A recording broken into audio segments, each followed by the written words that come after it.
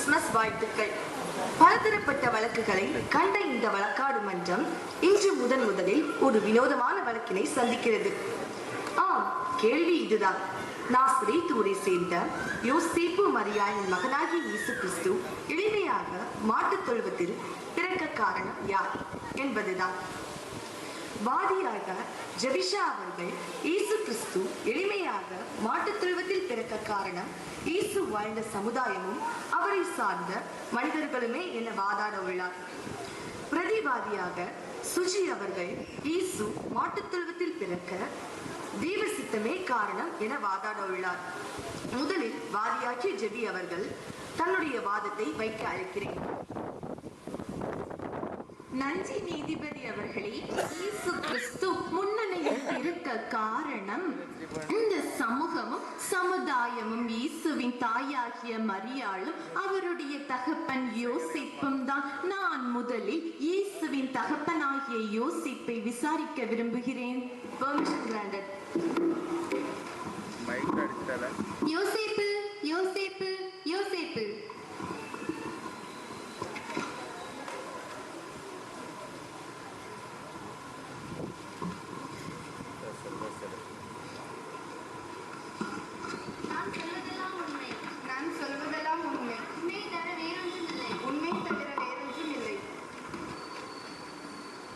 நீர்தான் இயேசுவின் தகப்பனாகிய யோசேப்பா?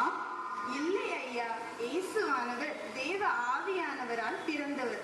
நான் வெறும் உலகத்தின் பார்வையில் அவரது தந்தையாவே. யோசேப்பாகிய உமக்கு மரியாள் நிறைமாத கர்ப்பிணி என்று அறிந்தும் நீர் அதை ஒரு பொருட்டாக எண்ணாமல் பல தூரம் நடத்தி கூட்டி சென்றிருக்கிறீர். அது மட்டுமா, மாடுகளும் ஆடுகளும் தங்கி இருக்கும் ஒரு மாட்டுத் தொழுவத்தில் அவர் கர்ப்பம் பார்த்திருக்கிறீர். ஆம், இயேசு கிறிஸ்து மாட்டுத் தொழுவில் பிறக்க காரணம் நீர்தான். நான் தாவீதின் வம்சத்தான். யூதாவில் உள்ள பெத்லகேமை சார்ந்தவர். நான் ஒரு ஏழை தச்சன். நான் கேட்ட கேள்விக்கு இது பதில் இல்லையே. ஐயா, அந்நாட்களில் குடிமதிப்பு எழுதப்பட வேண்டும் என்று அகஸ்துராயனால் கட்டளை பிறப்பிக்கப்பட்டது. அதை மதியாதவர்களின் உரிமை பறிக்கப்பட வேண்டும் என்றும் அதை மீறுகிறவர்கள் கொல்லப்பட வேண்டும் என்றும் அறிவிக்கப்பட்டது. அதனால் மாத்திரமே நிறைமாத கர்ப்பிணி என்றும் பாராமல் கூட்டி செல்ல நேர்ந்தது. அது சரிதான். குடிமதிப்பு எழுதும்படி உங்களுக்கு கட்டளையிட்டது யார்? தண்டோல்காரனால் தான் எங்களுக்கு அறிவிக்கப்பட்டது. சரிதான். ஆனால் வீட்டிலோ சத்திரத்திலோ இடமில்லாமலா அந்த மாட்டுத் தொழுவத்தை தேர்ந்தெடுத்தீர்? ஆமாம் ஐயா, நான் தான் சொன்னேனே, நான் ஒரு ஏழை தச்சன். அது மட்டுமல்லாமல் யூதர்கள் அநேகர் கூடியிருந்தபடியால் சத்திரத்திலும் எங்களுக்கு இடம் கிடைக்கவில்லை. ஏன், நிறைமாத கர்ப்பிணியை கண்ட பின்னும் கூட அந்த சத்திரக்காரனின் மனம் இறங்கவில்லையா? ஆம், அநேகர் கண்டும் காணாதவர்களைப் போல இருந்தார்கள். இடம் இல்லை என்று சொல்லியே எங்களை துரத்தினர். ஒருவர் மாத்திரமே மாட்டுத் தொழுவத்தில் இடம் தந்தார். சரி, நீங்கள் கிளம்பலாம். நன்றி ஐயா. நீதிபதி அவர்களே, என்னுடைய அடுத்த வாதம் இயேசு கிறிஸ்துவின் தாயாகிய மரியாள். Permission granted. Proceed. மரியாள், மரியாள், மரியாள். வணக்கம் ஐயா. நீங்கள் தான் இயேசுவின் தாயாகிய மரியாளா? உங்களுக்கும் யோசேப்புக்கும் பிறந்ததுதான் இயேசு கிறிஸ்துவா? இதில் வேதேதும் கருத்துக்கள் உண்டா? ஆமையா, நான் தேவனுடைய என்னுடைய வயிற்றில் பிறந்தது தேவனுடைய குமாரன். இது எப்படி சாத்தியமாகும்? நான் யோசேப்பு அவர்களுக்கு நியமிக்கப்பட்டிருக்கையில். நியமிக்கப்படுதல் அப்படி என்றால்? நியமிக்கப்படுதல் என்றால் நிச்சயதார்த்தம், அதாவது என்கேஜ்மெண்ட். சரி அம்மா, நீங்கள் தொடருங்கள். வழக்கறிஞரே, அவரை பேசதான் அனுமதியுங்களேன். என்னை மன்னியுங்கள் நீதிபதி அவர்களே. நான் யோசேப்பு அவர்களுக்கு நியமிக்கப்பட்டிருக்கையில் காப்ரியேல் என்ற தேவதூதன் வந்து, கிருபை பெற்றவளே வாழ்க, கர்த்தர் உன்னுடனே இருக்கிறார், ஸ்திரீகளுக்குள்ளே நீ ஆசீர்வதிக்கப்பட்டவள். நான் அவரை கண்டு பயப்படும் போது அவர் என்னை தைரியப்படுத்தி, மரியாளே, நீ தேவனிடத்தில் கிருபை பெற்றாய். இதோ நீ கர்ப்பவதியாகி ஒரு குமாரனை பெறுவாய். அவருக்கு இயேசு என்று பெயரிடுவாயாக என்றார். நீங்கள் அதற்கு மறுப்பு ஒன்றும் சொல்லவில்லையா? நான் தேவதூதனிடம், இது எப்படி ஆகும், புருஷனை அறியனே என்றேன். அதற்கு தேவதூதன், பரிசுத்த ஆவி உன்மேல் வரும், உன்னதமானவருடைய பலன் நிழலிடும், ஆதலால் பிறக்கும் குழந்தை பரிசுத்தம் உள்ளது, தேவனுடைய குமாரன் என்றான். தங்களுடைய வார்த்தைகளை கேட்கும் போது அவர் மெய்யாகவே தேவனுடைய குமாரன் என்று புலப்படுகிறது. ஆனால் அவர் மாட்டுத் தொழில் பிறக்க காரணம்தான் என்ன? அது தேவனுடைய சித்தமாக இருக்க வாய்ப்புள்ளது. நீதிபதி அவர்களே, நான் தொடரலாமா? சரி, you may proceed. தேவதூதன் வேறு ஏதாகிலும் செய்தி உங்களிடத்தில் சொன்னாரா? ஆம், என் இனத்தாளாகிய எலிசபெத் முதிர் வயதிலே ஒரு புத்திரனை கர்ப்பம் தரித்திருப்பதாகவும் இது அவளுக்கு 6வது மாதம் என்றார். நீங்கள் அதை உறுதி செய்தீர்களா? உடனே சகரியா அண்ணன் வீட்டிற்கு சென்று நான் எலிசபெத்தை வாழ்த்தி அது உண்மை என்பதை உறுதி செய்து கொண்டேன்.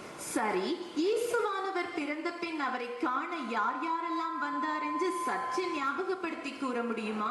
அந்த விஷயங்கள் எல்லாம் என்னுடைய இருதயத்தில் ஞாபக சின்னங்களாக உள்ளது. வயல்வெளிகளிலிருந்து ஆட்டு மேய்ப்பர்களும் ஞான சாஸ்திரிகளும். பரிசு பொருட்கள் ஏதேனும் கொண்டு வந்தார்களா? மேய்ப்பர்கள் ஆட்டு மந்தைகளையும் ஆட்டுக்குட்டிகளையும், ஞானசாஸ்திரிகள் பொன்னையும் தூப வர்க்கத்தையும் வெள்ளை போலத்தையும் காணிக்கையாக கொண்டு வந்து படைத்தனர். சரி, நீங்கள் போகலாம். நன்றி ஐயா. நீதிபதி அவர்களே, எனது அடுத்த விசாரணை அரசு கட்டளையை அறிவித்த தண்டோல்காரன். தண்டோல்காரன் தண்டோல்காரன் தண்டோல்காரன். நான் சொல்வதெல்லாம் உண்மை. நான் சொல்வதெல்லாம் உண்மை. உண்மையை தவிர வேறொன்றும் இல்லை. உண்மை தவிர வேறொன்றும் இல்லை. வணக்கம் ஐயா. நீதான் அகஸ்துராயனின் கட்டளையை இந்த ஊரில் அறிவித்தவரா? ஆமாங்க ஐயா. சரி, நீங்க எப்படி அறிவித்தீங்கள் என்று எங்களுக்கு ஒரு முறை யோசித்து செய்து காட்டுங்களேன். டும் டும் டும். இதனால் நாட்டு மக்களுக்கு அறிவிக்கப்படுவது என்னவென்றால், அகஸ்துராயரின் திட்டங்களை பெற்றுக்கொள்வதற்கு தங்கள் குடிமதிப்புகளை எழுத தங்கள் சொந்த ஊர்களுக்கு செல்ல வேண்டும் என்றும் அரச கட்டளையை மீறுபவர்களுக்கு தலை துண்டாக்கப்படும் என்றும் அறிவித்தேன். டும் டும் டும். கடைசியாக என்ன சொன்னீர்கள்? டும் டும் டும். ஐயோ, நான் அதை கேட்கவில்லை. அதற்கு முன் என்ன சொன்னீர்கள்? அரச கட்டளை மீறுகிறவர்களுக்கு தலை துண்டாக்கப்படும் என்றேன். நீதிபதி அவர்களே, இயேசு கிறிஸ்து மாட்டுத் தொழுவில் பிறக்க இந்த தண்டோல்காரன் தான் காரணம். அதை எப்படி சொல்கிறீர்? இதோ அகஸ்துராயனே கையொப்பமிடப்பட்ட மடல் என்னிடத்தில் இருக்கிறது. இதன் கடைசியில் அழகாக தெளிவுபட எழுதியிருக்கப்பட்டிருக்கிறது.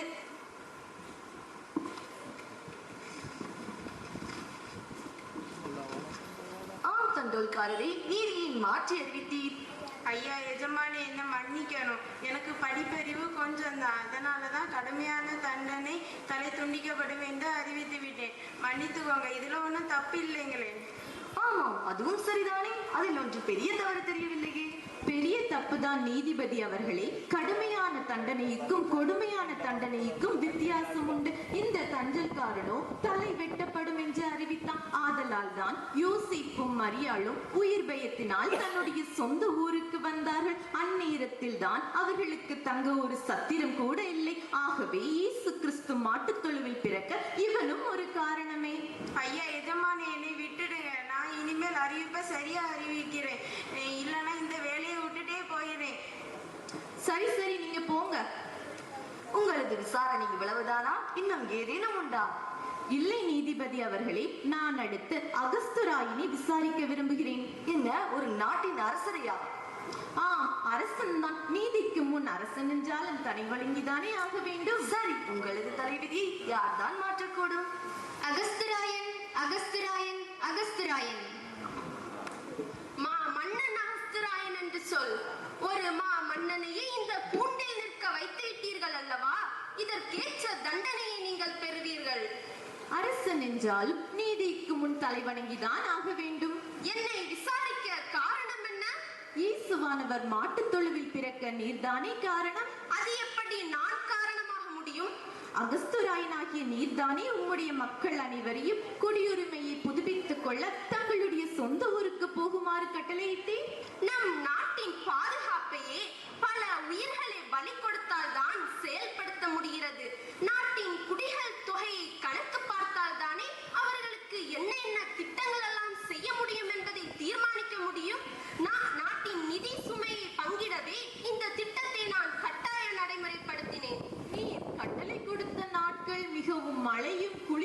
நாட்கள் என்ன மறந்து விட்டீரா?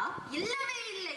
இது மிகவும் குளிரும் பனியுமுள்ள காலம் என்பதையும் அறிவேன். வருடத்தின் கடைசி மாதம் என்பதையும் அறிவேன்.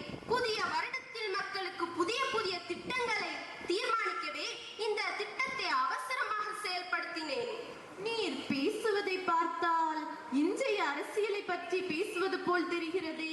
2000 ஆண்டுகளுக்கு முன்பு நான் அமல்படுத்திய திட்டத்தை தான் இன்றும் இந்த அரசு செயல்படுத்தி கொண்டு வருகிறது. பாருங்கள், அதனால் தான் என் மக்கள் இவ்வளவு நிம்மதியாக உள்ளார்கள். அதனால்தான் இந்த இந்தியாவுக்கு இப்படி ஒரு நிலைமை. சரி சரி, அதை விடுங்கள். மக்கள் தொகையை வகைப்படுத்த நீங்கள் என்ன என்ன நல்ல விஷயங்கள் செய்தீர் என்பதை சொல்ல முடியுமா? அதெல்லாம் அரசியல், இங்கில்லை. மொத்தத்தில் நீர் ஒன்றுமே செய்யவில்லை, அதுதான் உண்மை. நீதிபதி அவர்களே, இந்த அரசன் தன்னுடைய மக்களை கஷ்டப்படுத்துவதற்காகவே இப்படியெல்லாம் செய்தார். இவரிடத்தில் எந்த நியாயமும் இல்லை. ஆகவே இயேசு கிறிஸ்து மாட்டுத் தொழுவில் பிறக்க இவரும் ஒரு காரணம். அரசன் என்றாலே பல திட்டங்களை செயல்படுத்த முயற்சிப்பதும் அதில் தவறுவதும் போது அதிலும் பெரிய பிரச்சனைகளை ஏற்படுத்துவதும் தானே வழக்கம். விடுங்கள். சரிங்க நீதிபதி, என்னுடைய அடுத்த விசாரணை சத்திரக்காரன். Permission granted. சத்திரக்காரன், சத்திரக்காரன், சத்திரக்காரன். வணக்கம் ஐயா. யோசிப்பையும் நிறைமாத கர்ப்பிணி பெண்ணையும் நீர் எப்பொழுதாவது கண்டதுண்டா? ஆமாங்க ஐயா, நாட்டின் மக்கள் அனைவரும் குடியுரிமை பதிவு செய்ய வந்துள்ள போது அவர்களை கண்டுள்ளேன். சத்திரத்தில் இடம் கேட்டார்கள். இடமில்லாதபடியினால் தொழுவத்தில் இடம் கொடுத்தேன். சத்திரத்தில் ஒரு சின்ன அறை கூட இல்லையா? ஐயா, மக்கள் கூட்டம் சாயங்காலம் நேரம் என்பதால் மக்கள் வந்து கொண்டே இருந்தனர். அதனால் சத்திரத்தில் ஒரு அறை கூட மீதமில்லை. ஒரு நிறைமாத கர்ப்பிணி பெண்ணை பார்த்த பிறகு கூட உம்முடைய மனம் இறங்கவில்லை. அப்பொழுது நாங்கள் தேடி பார்த்தால் நீர் எவ்வளவு பெரிய கல்லஞ்சம் உள்ளவர் என்பது தெளிவாக புரிகிறது. நான் கல் நெஞ்சன் அல்ல. சத்திரத்தில் ஒரு அறை கூட மீதமில்லை. அதனால் தான் இறக்கப்பட்டு மாட்டுத் தொழுவத்தில் இடம் கொடுத்தேன். அவ்வளவுதான் நீதிபதி அவர்களே, நீங்களே பார்த்து விட்டீர். இயேசு கிறிஸ்து மாட்டுத் தொழுவில் பிறக்க காரணம் இந்த சமூகமும் சமுதாயமும் ஒவ்வொரு மக்களும் தான். ஆகவே நான் கூறியது சரி என கூறி என் வாதத்தை முடிக்கிறேன். பிரதிவாதியாகிய நீர் அமைதியாக இருக்கிறீர். உம்மிடம் எந்த வாதமும் இல்லையா? இருக்கின்றது நீதிபதி அவர்களே. இவ்வளவு நேரம் நாம் கண்டதும் கேட்டதும் மனித சத்தம். ஆனால் தேவ சத்தத்தையும் தேவனுடைய அடையாளங்களையும் கண்டும் 2 சாட்சிகளை மறந்துவிட்டார் என் நண்பர். சரிதான். நீங்கள் முதலில் யாரை விசாரிக்க விரும்புகிறீர்கள்? கிழக்கிலே இருந்து வந்த சாஸ்திரிகளை. Permission granted. ஞான சாஸ்திரிகள், ஞான சாஸ்திரிகள், ஞான சாஸ்திரிகள்.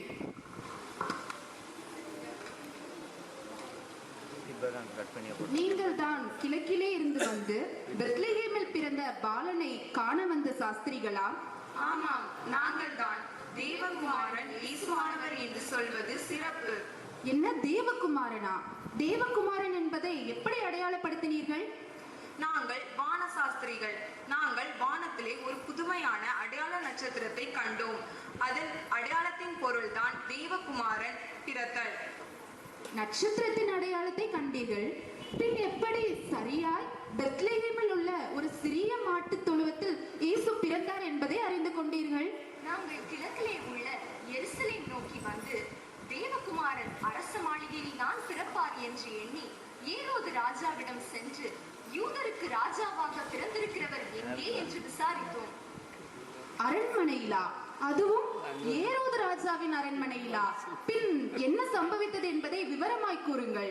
ஏரோது ராஜா பிரதான ஆசாரியர் வேத பாரகர் எல்லாரையும் கூடிவர செய்து விசாரித்தார். அப்பொழுது வேத பண்டிதர்கள் யூதேயாவில் உள்ள பெத்லகேமிலே பிறப்பார் என்றார்கள். அப்படி என்றால் யூதேயா தேசத்தில் உள்ள பெத்லகேமே யூதாவின் பிரபுக்களில் நீ சிறியதல்ல. என் ஜனமாகி இஸ்ரவேலை ஆளும் பிரபு உன்னிடத்திலிருந்து புறப்படுவார் என்று தீர்க்கதரிசினால் எழுதப்பட்டிருக்கிறது என்றார். பின்பு என்ன நடந்தது? தேவகுமாரன் அரண்மனையில் இல்லை என்பதை உறுதிப்படுத்தியிருப்பீர்கள் என்பதை நான் நம்பலாமா? உறுதியாக நம்பலாம். ஏனென்றால் யூதருக்கு ராஜாவாக பிறந்திருக்கிறவர் எங்கே என்று ஏரோது ராஜாவிடம் நாங்கள் விசாரித்த போது அவர் திடுக்கிட்டார். நட்சத்திரம் காணப்பட்ட காலத்தையும் எங்கள் பயண காரியத்தையும் குறித்து முழுமையாக அறிந்து கொண்டுதான் எங்களை பெத்லகேமுக்கு போக வழி அனுப்பினார். இயேசு கிறிஸ்து அரண்மனையில் இல்லை. எவ்வாறு மாட்டுத் தொழுவில் இருந்ததை கண்டறிந்தீர்கள்? ராஜாவிடம் விடை பெற்று நாங்கள் போகையில் நாங்கள் கிழக்கிலே கண்ட நட்சத்திரம் எங்களுக்கு காணப்பட்டது. நாங்கள் அதை பின்தொடர்ந்து போனோம். என்ன அதிசயம்! ஒரு நட்சத்திரம் உங்களுக்கு வழிகாட்டியதா? ஆமாம் நீதிபதி, நட்சத்திரம் வழிகாட்டியது மட்டுமின்றி குழந்தை இருந்த ஸ்தலத்திற்கு மேல் வந்து நின்றது. நாங்கள் உள்ளே போய் குழந்தையையும் அதன் தாயாகிய மரியாளையும் யோசேப்பையும் கண்டு சந்தோஷப்பட்டு குழந்தை பாலகனை பணிந்து வணங்கினோம். நீதிபதி அவர்களே, இந்த சம்பவத்தை தெளிவாக ஆராய்ந்து பார்த்தோம் என்றால் தேவபாலனாகிய மேசியா இவ்வுலகில் வந்த இயேசுவானவர் முன்குறிக்கப்பட்டவர். இதைத்தான் ஏசாயா தீர்க்கதரிசியும் குறிப்பிடுகிறார். முன்குறிக்கப்பட்டவர் அடையாளமாக்கப்படுகிறார். இதைத்தான் நட்சத்திரமும் நமக்கு உணர்த்துகிறது. இதிலிருந்து நான் சொல்லும் உண்மை என்னவென்றால் இயேசுவானவர் இவ்வுலகில் பிறந்தது தேவ சித்தமே. நீங்கள் வேற ஏதேனும் சாட்சி வைத்திருக்கிறீரா?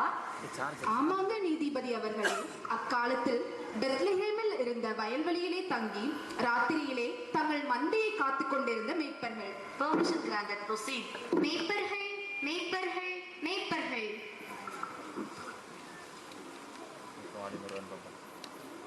நீங்கள் தான் பாலன் இயேசுவானவரை காண வந்த மேய்ப்பர்களா?